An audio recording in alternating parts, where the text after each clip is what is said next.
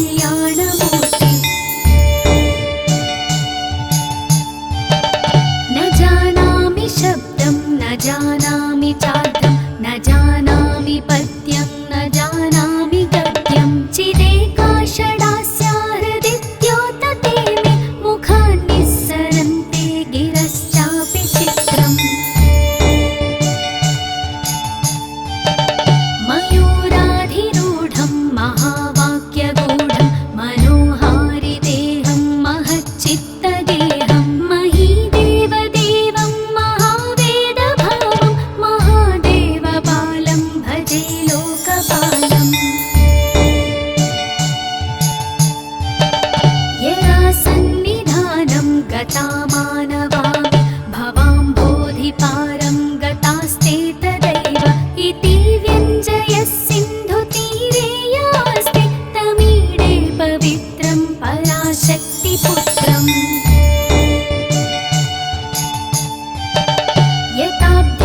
यताब्धेस्तरङ्गालयं यान्ति तुङ्गास्तदैवापदः सन्निधौ सेवतां मे इति ऊर्मिपङ्क्तिर्नृणां दर्शयन्तं सदा भावये हृत्सरोजे गुहन्तम्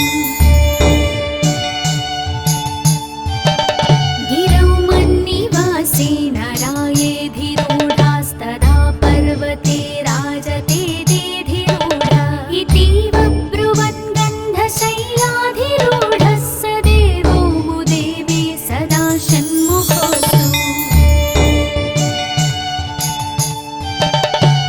महाम्बोधितीरे महापापचोरे मुनीन्द्रानुकूले सुगन्धाख्यशैले गुहायां वसन्तं स्वभासालसन्तं जनार्तिं हरन्तं श्रयामो गुहन्तम् लसत्स्वर्णगेहे नृणां कामदोहे समस्तोमसञ्छन्नमाणिक्यमञ्चे समुद्यत्सहस्रार्कतुल्यप्रकाशं सदा भावये कार्तिकेयं सुरेशम् रणध्वंसके मञ्जुलेत्यन्तशोणे मनोहारि लावण्यपीयूषपूर्णे मनःषट्पदो मे भवक्लेशतप्तः सदा मोदतां स्कन्दते पादपद्मे सुवर्णाभदिव्यां परैर्भासमानं क्वणत्किङ्किणीमेखला शोभमाना लसद्धेमपट्टेन विद्योतमानां कटिं भावये स्कन्दते दीप्यमाना पुलिन्देशकन्या घना भोगतुङ्गस्तनालिङ्गनासक्तकाश्मीररागं नमस्याम्यहं तारकारे तवोरस्वभक्तावरे सर्वदा सानुरागम् विधौ क्लुप्तदण्डान् स्वलीलाधृताण्डान् निरस्ते भशुण्डान् द्विषत्कालदण्डान् हतेन्द्रादिषण्डान् जगत्त्राणशण्डान् सदा ते प्रचण्डान् श्रये बाहुदण्डान् सदा शारदाश्यन्मृगाङ्काय दिस्युः समुद्यन्त एव स्थितास्त्यत्समन्ता सदा पूर्णबिम्बाः कळङ्कैश्च हीनास्तदा त्वन्मुखानां ब्रुवे स्कन्दसाम्यम् स्फुरन्मन्दहासैः सहंसानि चञ्चत्कळाभरणैर्भूषिताः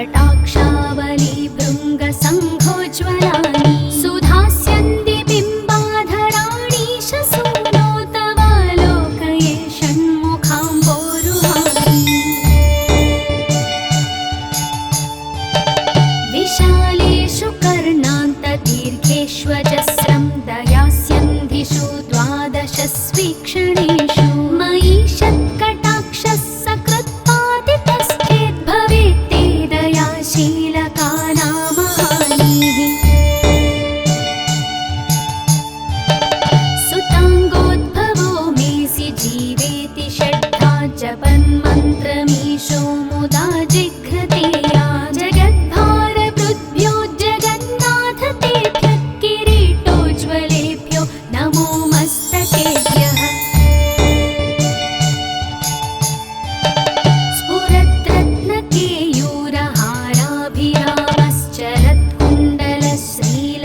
स्फुरद्रत्नकेयूरहाराभिरामश्चरत्कुण्डलश्रीलसद्गण्डभागः कटौ पीतवासाः करे चारुशक्तिः पुरस्तान् ममास्तां पुरारेस्तनूजः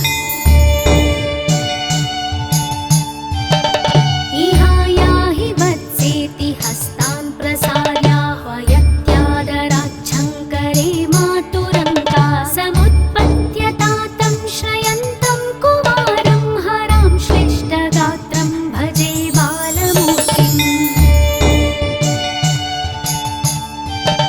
कुमारेश सूनो गुहस्कन्दसेनापते शक्तिपाणे मयूराधिरूढ पुलिन्दात्मजाकान्तभक्तार्तिहारिन् प्रभो तारकारे सदा रक्ष मां त्वम् प्रशान्ते त्रिये नष्टसङ्गे विचेष्टे कपोद्गारि वक्त्रे भयोत्कम्पि गात्रे प्रयाणोन्मुखे मय्यनाथे तदानीं द्रुतं मे दयालो भवाग्रे गुहस्त्वम् कृतान्तस्य दूतेषु चण्डेषु कोपाद्दहच्चिन्धि बिन्धीति मां तर्जयत्सु मयूरं समारुह्य माभैरिति त्वं पुरः शक्तिपाणिर्ममायाहि शीघ्रम्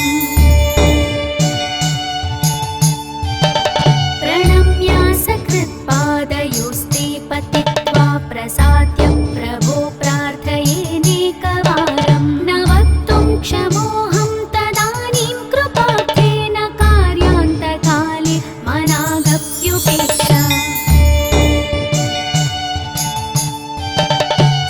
सहस्राण्डभोक्ता त्वया शूरनाम हतस्तारकः सिंहवक्त्रश्च दैत्यः ममान्तःहृदिस्थं मनक्लेशवेगं न हंसि प्रभो किं करोमि क्वयामि अहं सर्वदा दुःखभारावसन्नो भवान् दीनबन्धुस्त्वदन्यन्न याचे भवद्भक्तिरोधं सदा क्लुप्तबाधं ममाधिं द्रुतं नाशयो मासु तत्त्वम्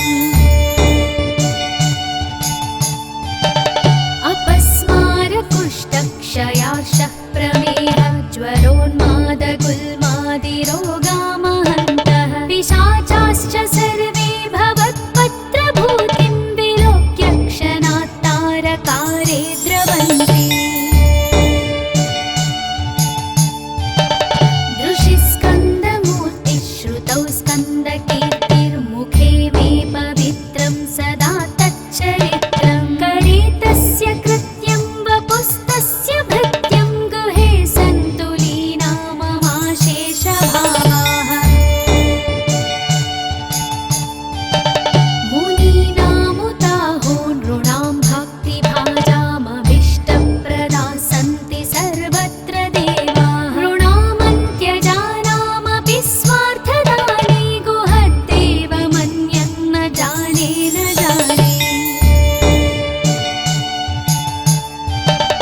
कलत्रं सुता बन्धुवर्गः पशुर्वानरो वाधनारी गृहे ये मदीयाः यजन्तो नमन्तस्तुवन्तो भवन्तं स्मरन्तश्च ते सन्तु सर्वे कुमाराः मृगाः पक्षिणो दंशकाये च दुष्टास्तथा व्याधयो बाधकाये मदङ्गे भवच्छक्तितीक्ष्णाग्रभिन्नाः सुदूरे विनश्यन्तु ते चूर्णितक्रौञ्चशैला जनित्री पिता च स्वपुत्रापराधं सहेतेन किं देवसेनाधिनाथ अहं चातिबालो भवान् लोकतातः क्षमस्वापराधं समस्तं महेश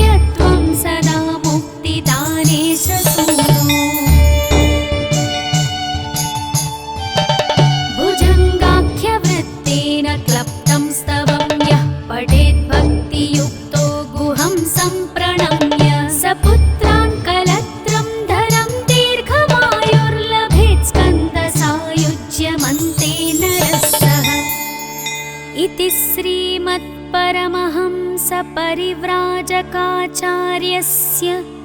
श्रीगोविन्दभगवत्पूज्यपादशिष्यस्य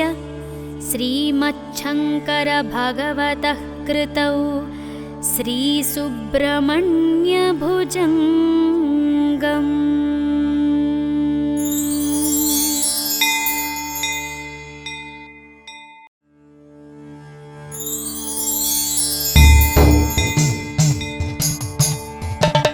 सदा बालरूपापि विघ्नान्द्रिहन्त्रि महादन्ति वक्त्रापि पञ्चास्य मान्या विधीन्द्रादिभृग्या गणेशाभिधाने विधत्तां श्रियं कापि कल्याणमूर्ति। न जानामि शब्दं न जानामि चार्थं न जानामि पद्यं न जानामि गद्यं चिदेका षडास्या हृदिद्योतते मे मुखान्निस्सरन्ते गिरश्चापि चित्रम्। मयूराधिरूढं महावाक्यगूढं मनोहारिदेहं महच्चित्तगेहं महीदेवदेवं महावेदभावं महादेवबालं भजे लोकपालम्। यदा सन्निधानं गतामानवामि भवाम्बोधिपारं गतास्ते तदैव इति व्यञ्जयः सिन्धुतीरे यास्ति तमीडे पवित्रं पराशक्तिपुत्रम्। यताब्धेस्तरङ्गालयं यान्ति तुङ्गास्तदैवापदः सन्निधौ सेवतां मे इति ऊर्मिपङ्क्तिर्नृणां दर्शयन्तं सदा भावये हृत्सरोजे गुहन्तम्। गिरौ मन्निवासे नरायेधिरूढास्तदा पर्वते राजते देधिरूढा इति वब्रुवन् गन्धशैलाधिरूढः स देवो मुदेवे सदा षण्मुखोऽस्तु। महाम्बोधितीरे महापापचोरे मुनीन्द्रानुकूले सुगन्धाख्यशैले गुहायां वसन्तं स्वभासालसन्तं जनार्तिं हरन्तं श्रयामो गुहन्तम्। लसत्स्वर्णगेहे नृणां कामदोहे समस्तोमसञ्छन्नमाणिक्यमञ्चे समुद्यत्सहस्रार्कतुल्यप्रकाशं सदा भावये कार्तिकेयं सुरेशम्। रणद्धं सखे मञ्जुलेत्यन्तशोणे मनोहारि लावण्यपीयूषपूर्णे मनःषट्पदो मे भवक्लेशतप्तः सदा मोदतां स्कन्दते पादपद्मे। सुवर्णाभदिव्यां परैर्भासमानं क्वणत्किङ्किणीमेखला शोभमाना लसद्धेमपट्टेन विद्योतमानां कटिं भावये स्कन्दते दीप्यमाना। पुलिन्देशकन्या घना भोगतुङ्गस्तनालिङ्गनासक्तकाश्मीररागं नमस्याम्यहं तारकारे तवोरस्वभक्तावरे सर्वदा सानुरागम्।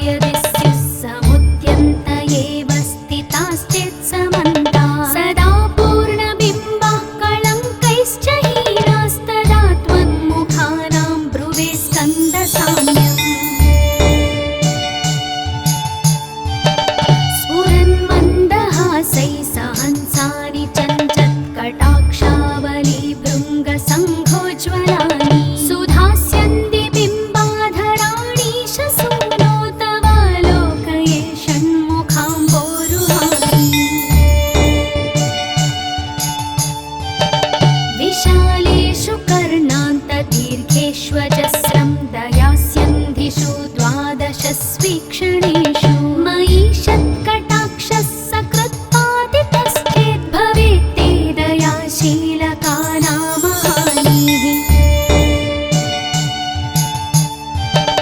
सुताङ्गोद्भवो मेऽसि जीवेति षड्धा जपन्मन्त्रमीशो मुदा जिघ्रतेया जगद्भारवृद्भ्यो जगन्नाथ तेभ्यः किरीटोज्ज्वलेभ्यो नमो मस्तकेभ्यः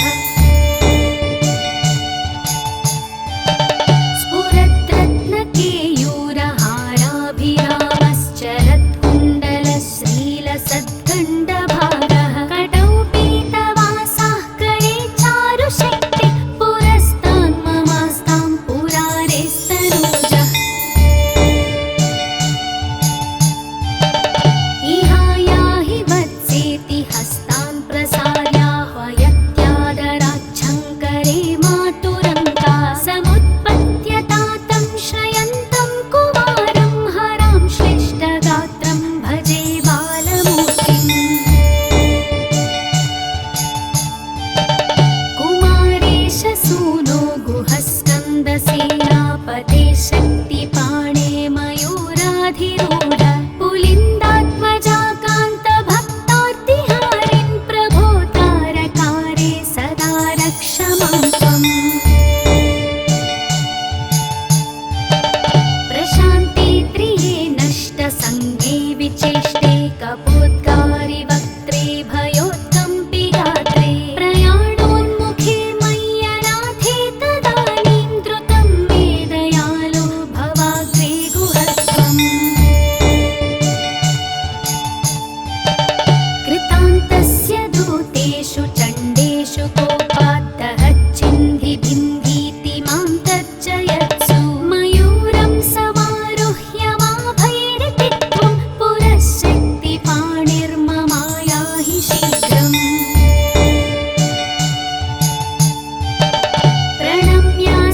प्रणम्यासकृत्पादयोस्ते पतित्वा प्रसाद्य प्रभो प्रार्थयेनेकवारं न वक्तुं क्षमोऽहं तदानीं कृपार्थेन कार्यान्तकाले मनागप्युपेक्षा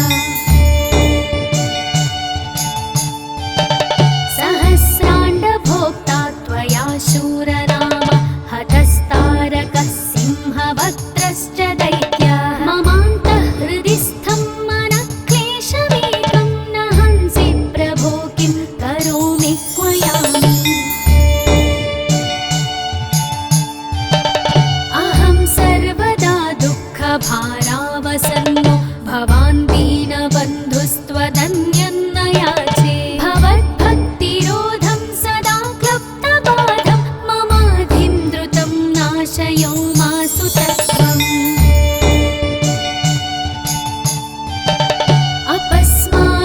अपस्मारकुष्ठक्षयार्षः प्रमेहः ज्वरोन्मादगुल्मादिरोगामहन्तः पिशाचाश्च सर्वे भवत्पत्रभूतिं विलोक्य क्षणात् तारकारे द्रवन्ति दृशिस्कन्दमूर्तिः श्रुतौ स्कन्दकीर्तिर्मुखे मे पवित्रं सदा तच्चरित्रं करे तस्य कृत्यं वपुस्तस्य भृत्यं गुहे सन्तु लीना ममाशेषभावाः मुनीनामुताहो नृणां भक्तिभाजामभीष्टप्रदाः सन्ति सर्वत्र देवाः नृणामन्त्यजानामपि स्वार्थदाने गुहद्देव मन्यन्न जाने न जाने कलत्रं सुता बन्धुवर्गः पशुर्वानरो वाधनारी गृहे ये मदीया यजन्तो नमन्तस्तुवन्तो भवन्तं स्मरन्तश्च ते सन्तु सर्वे कुमारा मृगाः पक्षिणो दंशकाये च दुष्टास्त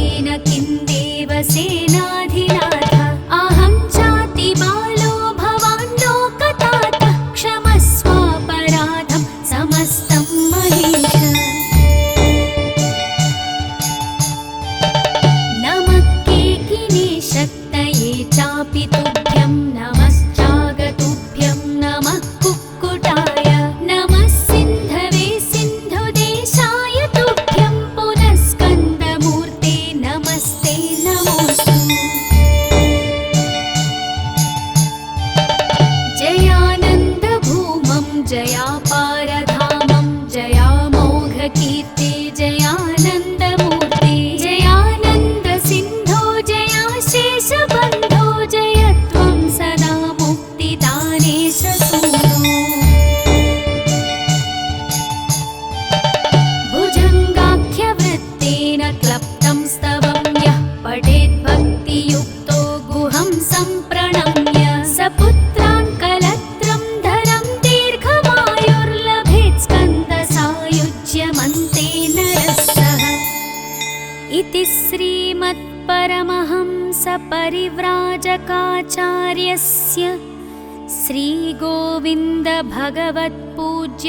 श्रीगोविन्दभगवत्पूज्यपादशिष्यस्य श्रीमच्छङ्करभगवतः कृतौ श्रीसुब्रह्मण्यभुजङ्गम्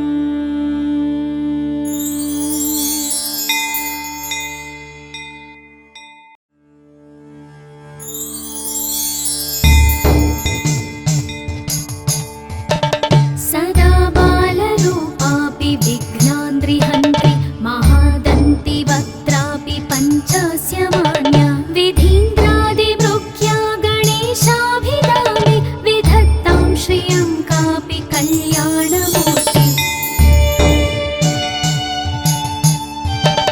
न जानामि शब्दं न जानामि चार्थं न जानामि पद्यं न जानामि गद्यं चिदेका षडास्या हृदिद्योतते मे मुखान्निस्सरन्ते गिरश्चापि चित्रम् मयूराधिरूढं महावाक्यगूढं मनोहारिदेहं महच्चित्तगेहं महीदेवदेवं महावेदभावं महादेवबालं भजे लोकपालम्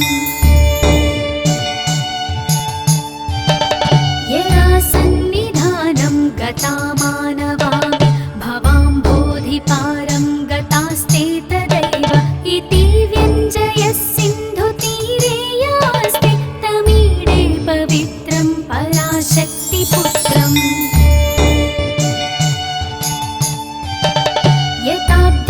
यताब्धेस्तरङ्गालयं यान्ति तुङ्गास्तदैवापदः सन्निधौ सेवतां मे इति वोर्मिपङ्क्तिर्नृणां दर्शयन्तं सदा भावये हृत्सरोजे गुहन्तम् गिरौ मन्निवासे नरायेधिरूढास्तदा पर्वते राजते देधिरूढा इतीव ब्रुवन् गन्धशैलाधिरूढः स देवो मुदेवे सदा षण्मुखोऽस्तु महाम्बोधितीरे महापापचोरे मुनीन्द्रानुकूले सुगन्धाख्यशैले गुहायां वसन्तं स्वभासालसन्तं जनार्तिं हरन्तं श्रयामो गुहन्तम्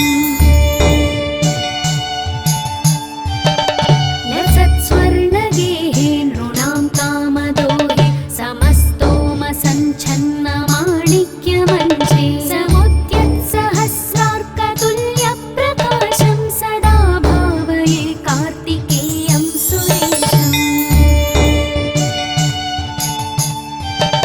रणद्धं सखे मञ्जुलेत्यन्तशोणे मनोहारि लावण्यपीयूषपूर्णे मनः षट्पदो मे भवक्लेशतप्तः सदा मोदतां स्कन्दते पादपद्मे सुवर्णाभदिव्यां परैर्भासमानं क्वणत्किङ्किणीमेखला शोभमाना लसद्धेमपट्टेन विद्योतमानां कटिं भावये स्कन्दते दीप्यमाना पुलिन्देशकन्या घना भोगतुङ्गस्तनालिङ्गनासक्तकाश्मीररागं नमस्याम्यहं तारकारे तवोरस्वभक्तावरे सर्वदा सानुरागम् विधौ क्लुप्तदण्डान् स्वलीलाघ्र दण्डान् निरस्ते भशुण्डान् द्विषत्कालदण्डान् हतेन्द्रादिषण्डान् जगत्प्राणचण्डान् सदा ते प्रचण्डान् श्रये बाहुदण्डान् सदा शारदाश्यन् मृगां कायदिस्युः समुद्यन्त एव स्थिताश्चेत्समन्ताः सदा पूर्णबिम्बाः कलङ्कैश्च हीनास्तदा त्वन्मुखानां ब्रुवे स्कन्दसाम्यम् स्फुरन्मन्दहासैः सहंसानि चञ्चत्कटाक्षावली भृङ्गसङ्घोज्ज्वलानि सुधास्यन्ति बिम्बाधराणि शसूनो तवालोकये षण्मुखाम्बोरुहानि विशालेषु कर्णान्तदीर्घेष्वजस्रं दयास्यन्धिषु द्वादशस्वीक्षणेषु मयि षत्कटाक्षः सकृत्पातितश्चेद् भवेत् ते दयाशीलकानामहानिः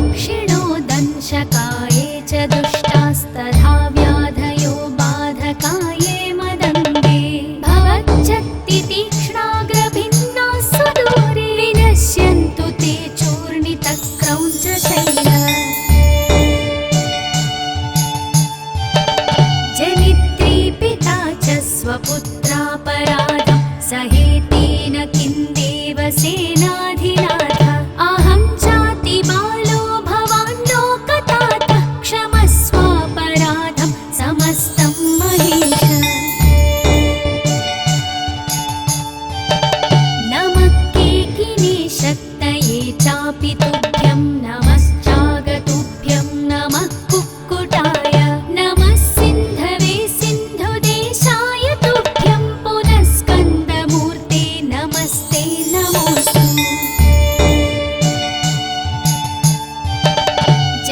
जयानन्दभूमं जयापारधामं जयामोघकीर्ते जयानन्दमूर्ते जयानन्दसिन्धो जयाशेषबन्धो जयत्वं सदा मुक्तिदानेश सूनो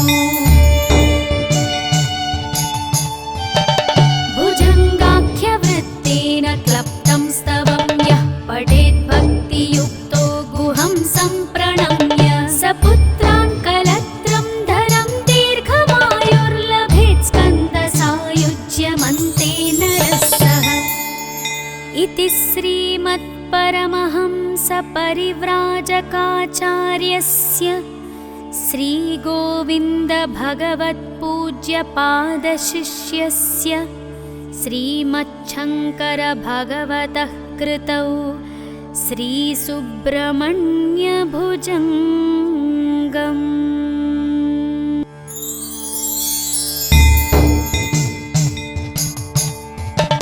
सदा बालरूपापि विघ्नान्द्रिहन्त्रि महादन्तिवक्त्रापि पञ्चास्य मान्या विधीन्द्रादिमृग्या गणेशाभिधाने विधत्तां श्रियं कापि कल्याणमूर्ति न जानामि शब्दं न जानामि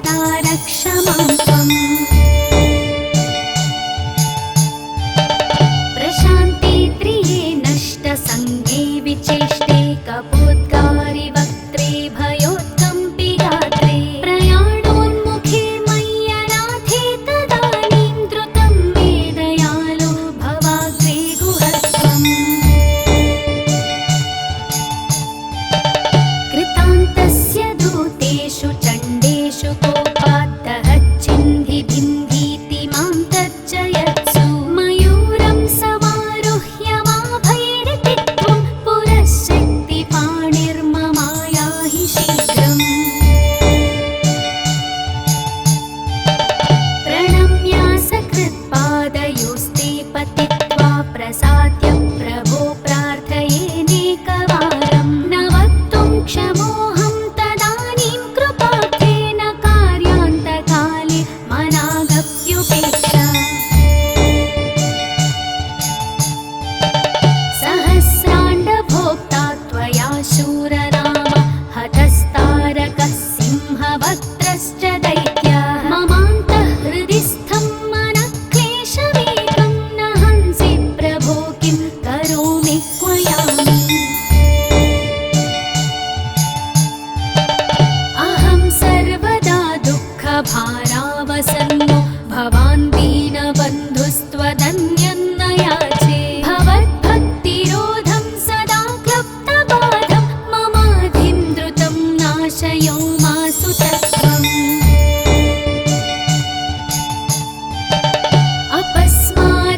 अपस्मारकुष्ठक्षयार्षः प्रमेह ज्वरोन्मादगुल्मादिरोगामहन्तः पिशाचाश्च सर्वे भवत्पत्रभूतिं विलोक्य क्षणात् तारकारे द्रवन्ति दृशिस्कन्दमूर्तिः श्रुतौ स्कन्दकीर्तिर्मुखे मे पवित्रं सदा तच्चरित्रं करे तस्य कृत्यं वपुस्तस्य भृत्यं गुहे सन्तु लीना ममाशेषभावाः मुनीनामुताहो नृणां भक्तिभाजामभीष्टप्रदा सन्ति सर्वत्र देवाः नृणामन्त्यजानामपि स्वार्थदाने गुहद्देवमन्यन्न जाने न जाने कलत्रं सुता बन्धुवर्गः पशुर्वानरो वाधनारी गृहे ये मदीयाः यजन्तो नमन्तस्तुवन्तो भवन्तं स्मरन्तश्च ते सन्तु सर्वे कुमाराः मृगाः पक्षिणो दंशकाये च दुष्टास्तथा व्याधयो बाधकाये मदङ्गे भवच्छक्तितीक्ष्णाग्रभिन्नाः सुदूरे विनश्यन्तु ते चूर्णितक्रौञ्चशैलाः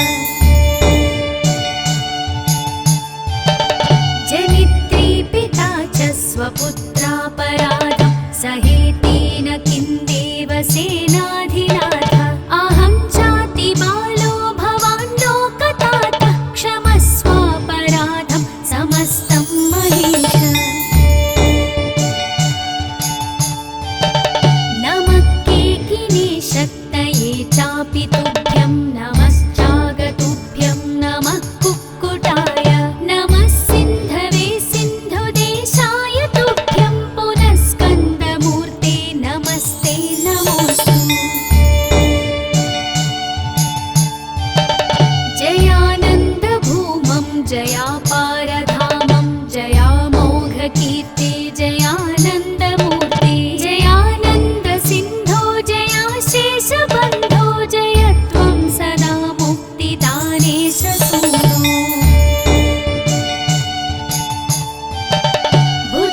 भुजङ्गाख्यवृत्तेन क्लप्तं स्तवं यः पठेद्भक्तियुक्तो गुहं सम्प्रणम्य सपुत्रान् कलत्रं धरं दीर्घमायुर्लभेत् स्कन्दसायुज्यमन्ते नरः इति श्रीमत्परमहंसपरिव्राजकाचार्यस्य श्रीगोविन्दभगवत्पूज्यपादशिष्यस्य श्रीमच्छङ्करभगवतः कृतौ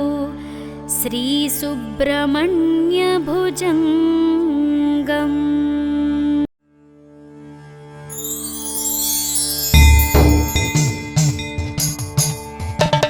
सदा बालरूपापि विघ्नान्द्रिहन्त्रि महादन्ति वक्त्रापि पञ्चस्य मान्या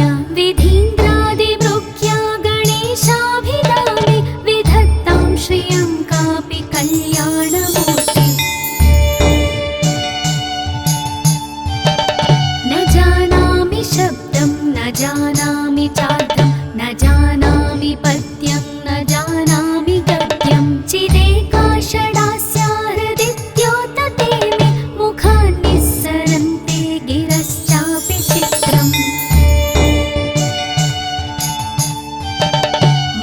मयूराधिरूढं महावाक्यगूढं मनोहारि देहं महच्चित्तगेहं महीदेवदेवं महावेदभावं महादेवबालं भजे लोकपालम् यदा सन्निधानं गता मानवामि भवाम्बोधिपारं गतास्ते तदैव इति व्यञ्जयः सिन्धुतीरे यास्ते तमीडे पवित्रं पराशक्तिपुत्रम्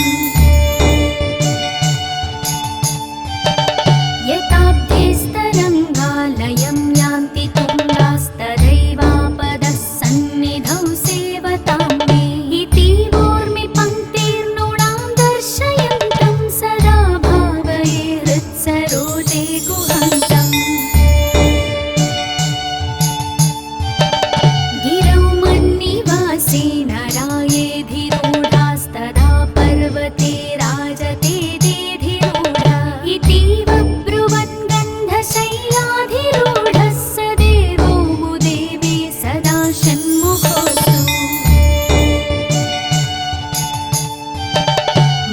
महाम्बोधितीरे महापापचोरे मुनीन्द्रानुकूले सुगन्धाख्यशैले गुहायां वसन्तं स्वभासालसन्तं जनार्तिं हरन्तं श्रयामो गुहन्तम्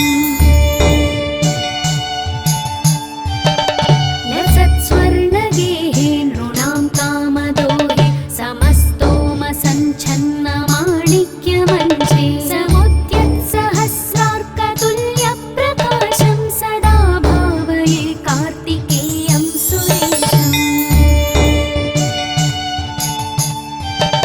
प्रणद्धं सखे मञ्जुलेत्यन्तशोणे मनोहारि लावण्यपीयूषपूर्णे मनः षट्पदो मे भवक्लेशतप्तः सदा मोदतां स्कन्दते पादपद्मे सुवर्णाभदिव्यां परैर्भासमानं क्वणत्किङ्किणीमेखला शोभमाना लसद्धेमपट्टेन विद्योतमानां कटिं भावये स्कन्दते दीप्यमाना पुलिन्देशकन्या घना भोगतुङ्गस्तनालिङ्गनासक्तकाश्मीररागं नमस्याम्यहं तारकारे तवोरः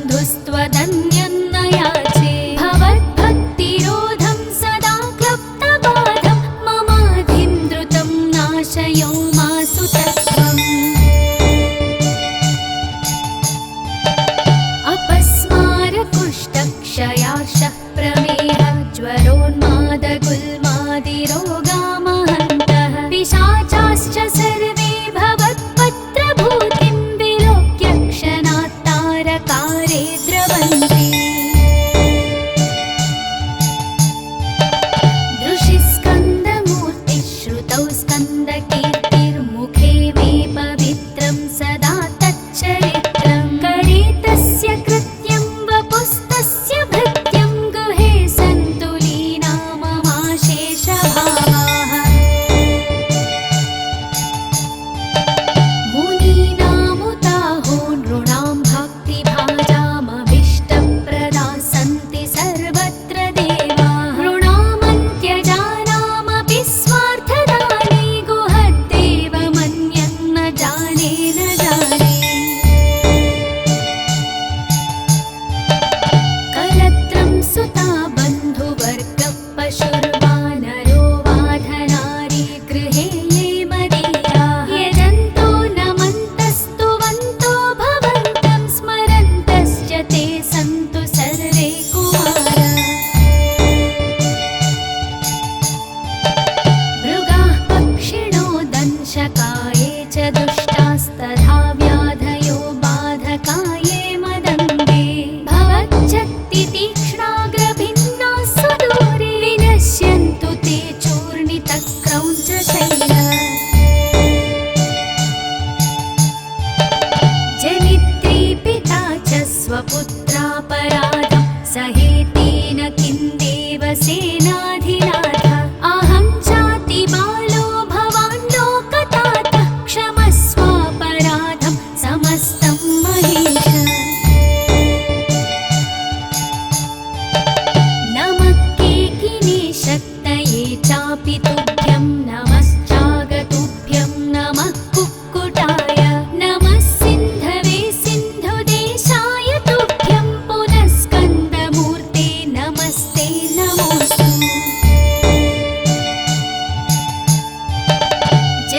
जयानन्दभूमं जयापारधामं जयामोघकीर्ते जयानन्दमूर्ते जयानन्दसिन्धो जयाशेषबन्धो जयत्वं सदा मुक्तिदानेश सूनो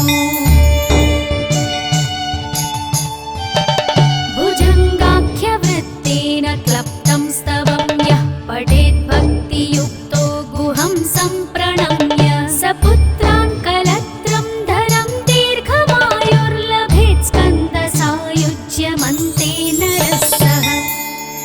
इति श्रीमत्परमहंसपरिव्राजकाचार्यस्य श्रीगोविन्दभगवत्पूज्यपादशिष्यस्य श्रीमच्छङ्करभगवतः कृतौ श्रीसुब्रह्मण्यभुजङ्ग